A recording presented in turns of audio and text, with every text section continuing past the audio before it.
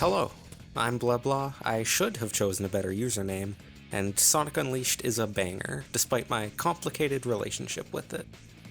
I first played the game near its release, on the Wii, which is a completely different game than the version that I actually want to talk about, the HD version. Being the true Sonic fan that I am, I decided to wait a decade to play the other version, even though I knew I would at least like it, as the boost gameplay as it existed in Sonic Generations is my favorite style of Sonic gameplay. I believe this ultimately benefited my experience with the game. Sonic Unleashed had so much discourse about it that varied so wildly that taking the time to wait and play it mentally removed from that gave me a clearer viewing of its design. After finally picking up the Xbox version last year, I found that it took me on a journey with high points that shine radiantly, and with lower points that are a complicated mixture of ideas that are still ultimately worth playing because of the game's theming. The boost gameplay within Sonic Unleashed delivers intensity, depth, and replayability through its unique take on the Sonic gameplay loop. From the very start, Sonic has had a rock-solid game flow based around the mastery of mechanics being rewarded with stylish, speed-based platforming. The classics achieve this with what I would break down into a 3-stage gameplay loop. And I, of course, gave each of these stages a silly name. The pre-speed stage is slow and explorative, where the player tries to find items and different routes through the level. A more casual player might stay in this phase for most of the game and still have a fun time because of the tightly designed controls and levels. The middle stage consists of the player's attempts to gain speed through clever use of level design and the simple physics-based game mechanics. Once the player has gained speed, the last stage begins, post-speed, where the player must try and keep up their speed for as long as possible with skillful maneuvering through level design. These phases can appear at any time during the level, depending on the choices and actions of the player. The boost gameplay creates its own approach to this gameplay loop by completely removing the first two phases. The player is given speed right at the start of every level, yet this speed is far more difficult to control because of its sheer intensity. This intensity allows the speed of the boost games to keep the rewarding feeling from the classic formula with only one stage of its gameplay remaining because of how difficult it is to keep up. A new player is going to need to take things a bit slower or risk bonking into things and dying going fast, but an experienced player can schmoove their way through a stage with finesse and style, and it is in gaining said schmoovement that another stage is added onto the boost formula's gameplay loop. Replaying a stage and utilizing level design and gameplay mechanics in clever ways to save time. Sonic Unleashed introduces several new movement tools to play with in creative ways that forms the full depth of this gameplay style. Finding new ways to shave off that extra second through the cohesion of your use of movement and how it interacts with the level is immensely rewarding. Take, for example, this interaction at the start of Windmill Isle Day, where the player is presented with a short gap with some enemies above it. A new player will likely jump and homing attack the enemies to get over the gap and continue on. However, someone trying to improve their time might realize that boosting and jumping through the enemies, and then air boosting once it becomes an option as the enemies have been passed, and continuing to run as fast as possible saves a few seconds. After this, they might even realize that they can just short hop over the gap while boosting to lose no speed in exchange for this being a decently tight jump to make. It's not that this one piece of a level on its own is incredibly creative or depthful. Rather, it is in the way that these levels string together several of these possible moments with creative and more difficult approaches to the level design together that makes these stages so engaging to master. The techniques and skills one uses to speed through a level has a real sense that it culminates into this new personal best time at the end of the stage, giving a great sense of achievement.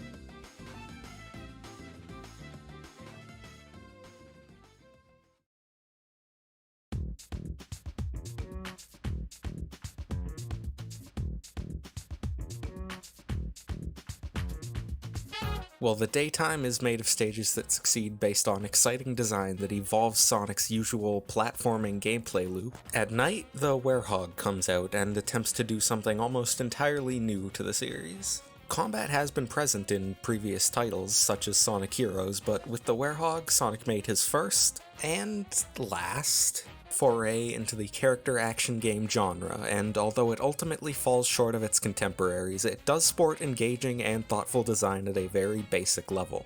The time spent as the Werehog can be split into two different varieties of action, platforming and fighting. The first of the two, while nothing outstanding, excels in what it is meant to be, a change of pace from the speed of the boost stages. Slower and more considerate platforming allows the more exciting moments to breathe, as well as encourage exploration, a Sonic staple that the speed of the boost gameplay does not favor. Unfortunately, it is in the combat where the Werehog begins to falter, however, there is still a layer of thoughtfulness in the basics of its player mechanic design. The two main combos the player has, tied to a claw and a punch button, are designed such that both have clear and defined uses in relation to the location of the enemies, making the player dynamically decide which to utilize based on the ever-changing game state. The claw closely swipes around the Werehog, hitting surrounding enemies in wide strikes, while the punch has long reach yet only hits directly in front of the player. There are also a handful of moves that are simply variations of this design, such as the charge and running attacks, which work as well as the original moves they're based on. Yet it is in these variations that a problem begins to emerge. Much of the extended moveset does not escape these initial design concepts. The Werehog has an incredibly large move pool, however so many of the combos have uses that appear too similar to that of the base combos, such that any use they might have becomes obscured behind their homogeneous design. It's not that there is no depth to the combat, rather that it is too difficult to glean depth in a system of similar combos where it already doesn't feel needed because of the limited situations the player is placed into. Weak player mechanics on their own aren't necessarily a death knell, however. I could even argue similar points with some of the character action game giants. But the way games with similar player mechanics succeed is in having a variety of interesting situations the enemy scenario design places the player in, and the Werehog does not have such a variety. Rarely do enemies cause the player to approach fights in a way differently than any other, although there are a handful of exceptions. These large enemies in particular are quite fun, as they encourage fighting in the air because of their grounded shockwave attack. Deciding who to go after first can also be engaging, if also limited by the variety in enemy types. Most of the differences, though, end up being simply a short chore to complete before going to town in the same way as every other enemy. Like the mages, who you need to throw a barrel at before hitting so as to not take touch damage. This overall lack in variety, however, results in the two main choices for the player to make being that of the basic combos, hit around you or hit ahead of you. And while that may have been enough to carry shorter levels, that which the Werehog goes through on a first run through can be big, bungus boys. And not helping with taking up the player's time is the final problem with the Werehog: attack and lag. The combos of the Werehog largely come out snappy and fast, and yet they also have this long period of inaction after they end. It isn't that this slow end lag is inherently bad. Large, hard-hitting attacks should feel slow. Yet, no matter the power of an attack, it all has this lag the same, creating a disconnect between the moves and how they feel to use.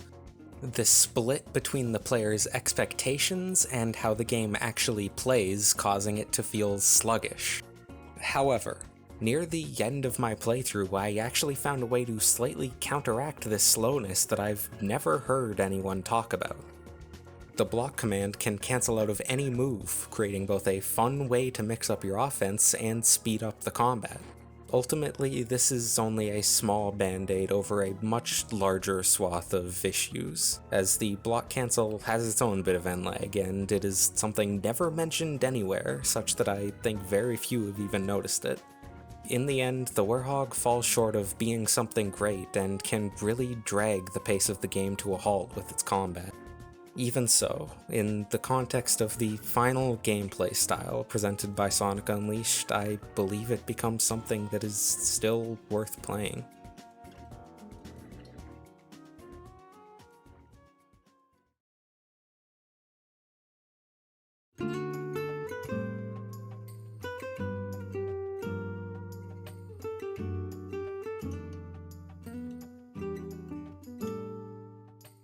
The levels of Sonic Unleashed are held together with a number of hub worlds that help give a new context to both Sonic's characterization and the game as a whole. Each of the game's in-world locations has a little area to explore filled with unique characters, some of which even have their own stories or side quests. Not every character in these areas are particularly well written, far from it. Yet it is in their charm that the conversations with the goofy news reporter, the shy salesman with the Chow puppet, and the boy fighting with his father about who he wants to be all find an importance. When the stakes of the world having been destroyed are factored in within the story, the time allocated to these little personal interactions begin to reflect on Sonic himself. Even in the wake of doing great things, saving the world, he still chooses to take time to look around, see the world, make friends, and help others. To the Sonic of Unleashed, these times spent achieving very little in the grand scope of things still matter. This calm care for the world gives rationale for Sonic's heroism. The importance of these quieter moments to the game's lead character also gives a context that spans the whole experience. As I fought the final boss and credits rolled, the incredible fun of the boost stages, these relaxed hub worlds, and even the Werehog came together to build an experience that had truly been an adventure. While the game hadn't remained exciting or even fun throughout its runtime, it wouldn't have been the same without those parts, and that fulfilling feeling at the end would not have been there. External to the game itself, I've found plenty of purpose in playing the Werehog as well, and I'd like to think I spent the section of this video on it sharing my findings. Although I didn't have much fun with the Werehog, I did discover something worth analyzing to help personally define what I do and don't enjoy in video game combat design.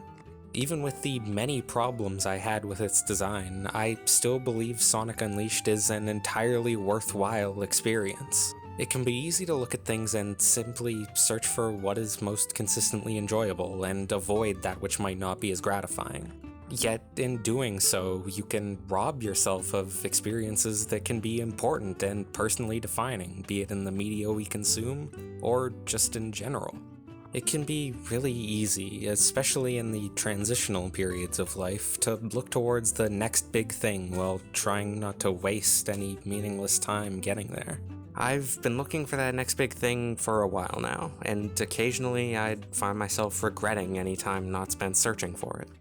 However, the important Sonic Unleashed lens to both its intense and quieter moments has helped me realize that time spent relaxed or even meaninglessly can be just as worthwhile. As the adventure ended and Sonic ran along the sunset through all the good and bad, Sonic Unleashed had taught me to find the value in the journey.